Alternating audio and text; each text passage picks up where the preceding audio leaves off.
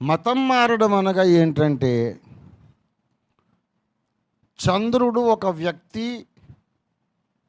వాడు గురువు భార్యను లేపుకుపోయాడు, నవ్వాడు, వినాయకుడు అతన్ని శపించాడు అని చెప్పే మతము నుండి కాదు కాదు, వాడు మనిషి కాదు, దేవుడు కాదు, ఏమి కాదు, పర్సన్ కాదు, అదొక మట్టి గడ్డ, భూమి మీద వెలిగించుటకు దేవుడు పెట్టిన జ్యోతి అని నమ్మే మార్గంలోకి వచ్చాడు. ఇది తప్ప అని మొత్తం దేశం మీద ఉన్నటువంటి మతోన్మాదులను నేను అడుగుతున్నా.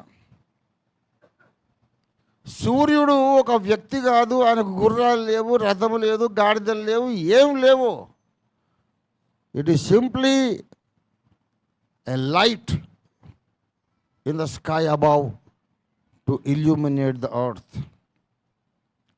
సూర్యుడు ఒక వ్యక్తి, ఆయనకు కిరీటాలు ఉంటాయి, అన్నీ ఉంటాయి. ఆయన గుర్రం ఏడు గుర్రాలు,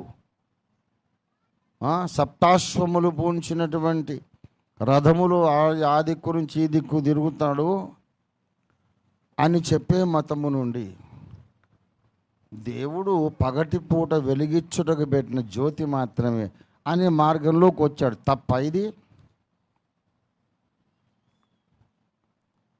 భూమి ఎలా ఉంటుంది శూన్యంలో తెలుసా? 8 ఏనుగులు మోస్తున్నాయి. లేకుండా గాల్లో ఎట్లుంటుందండి భూమి? అష్టదిగ్గజములు అని శ్రీకృష్ణదేవరాయల వారి ఆస్థానంలో పండితులు ఉండేవాళ్ళు కదా. దిక్ ప్లస్ గజము, దిగ్గజము. 8 దిక్కులకు, అష్ట అంటే 8 దిక్కులకు 8 ఏనుగులు ఉండి భూమిని మోస్తున్నాయట.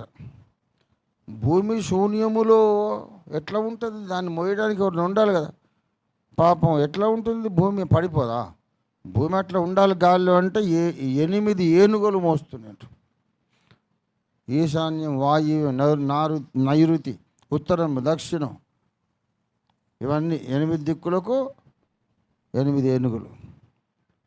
మరి పాపం ఏనుగులు ఎక్కడ నిలబడతాయి? అవి కూడా గాల్లో ఉండడం కష్టం కదా.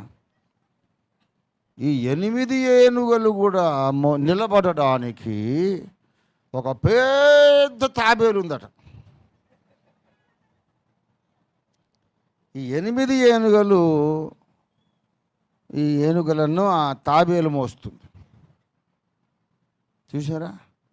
మరి తాబేలు ఎక్కడుందిరా? నీ నెత్తి మీద ఉందా? తెలివి లేనోడా ఇలాంటి తిక్క కథలు నమ్మి వాళ్ళని వదిలిపెట్టి బైబిల్లో దేవుడు శూన్యములో భూమిని వ్రేలాడజేసననే మతంలోకి వచ్చేవాడు. తప్ప నీకెందుకు మండుతుంది?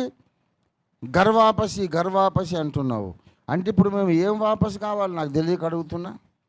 శూన్యములో భూమి వేలాడుచున్నదని నమ్మడం మానేసి భూమిని ఏనుగలు మోసినాయి, ఏనుగలనేమో తాబేలు మోసిందని చెప్పి మతంలోకి రావాలనా? ఆకాశంలో ఉన్నటువంటి రాత్రికాలపు జ్యోతి, దేవుడు సృష్టించిన జస్ట్ వెలుగిచ్చే జ్యోతి చంద్రుడు అని నమ్మేది మానేసి ఆ మట్టిగడ్డగాడే నవ్వాడు, శాపం పొందాడు, గురువు భార్యను లేపుకుపోయాడని మేము నమ్మే మతంలోకి రావాలి. అదే నా గర్వాపసి. సూర్యుడు అగ్నిగోళము కాదు, ఆయనకు గుర్రాలు ఉన్నది, రథం ఉన్నది. ఆ రథము నడపడానికి తొడలు లేనటువంటి అనూరుడు అనేవాడు రథమును నడిపే సారథి ఉన్నాడు. ఎంత హబుల్ టెలిస్కోప్ పెట్టి చూసినా సూర్యుడికి కిరీటం కనబడలేదు, అక్కడ మనిషి ముఖం లేదు, గుర్రం లేదు, గాడిద లేదు, రథం లేదు, ఏమి లేదు. అది ఒక అగ్నిగోళం అని బైబిల్ చెప్పింది, సైన్స్ చెప్పింది. ఇప్పుడు మేము గర్వాపసి అయిపోయి ఇదంతా కాదు, ఆ అగ్నిగోళము మన కనపడకపోయినా గుర్రాల మీదనే తిరుగుతున్నాడని మేము నమ్మే దాంట్లో రావాలన్నా మేము? ఏంటిది నీ ఉద్దేశం గర్వాపసి అంటే?